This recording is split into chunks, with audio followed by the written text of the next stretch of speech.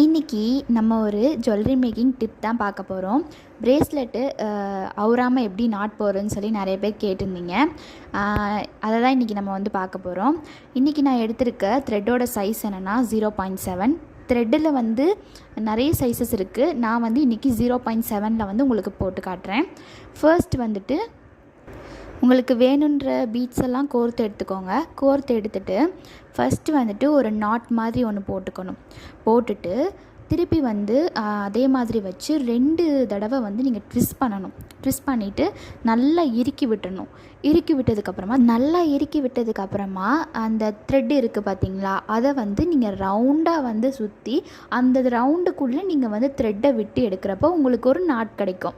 அந்த நாட்டை நல்லா டைட்டாக நீங்கள் இறுக்கி விட்டுட்டிங்கன்னா ரொம்பவே பிரேஸ்லெட் ஸ்ட்ராங்காக இருக்கும். இந்த பிரேஸ்லெட் அந்து போனால் கூட அந்த முடிச்சு அவராது. இந்த டிப்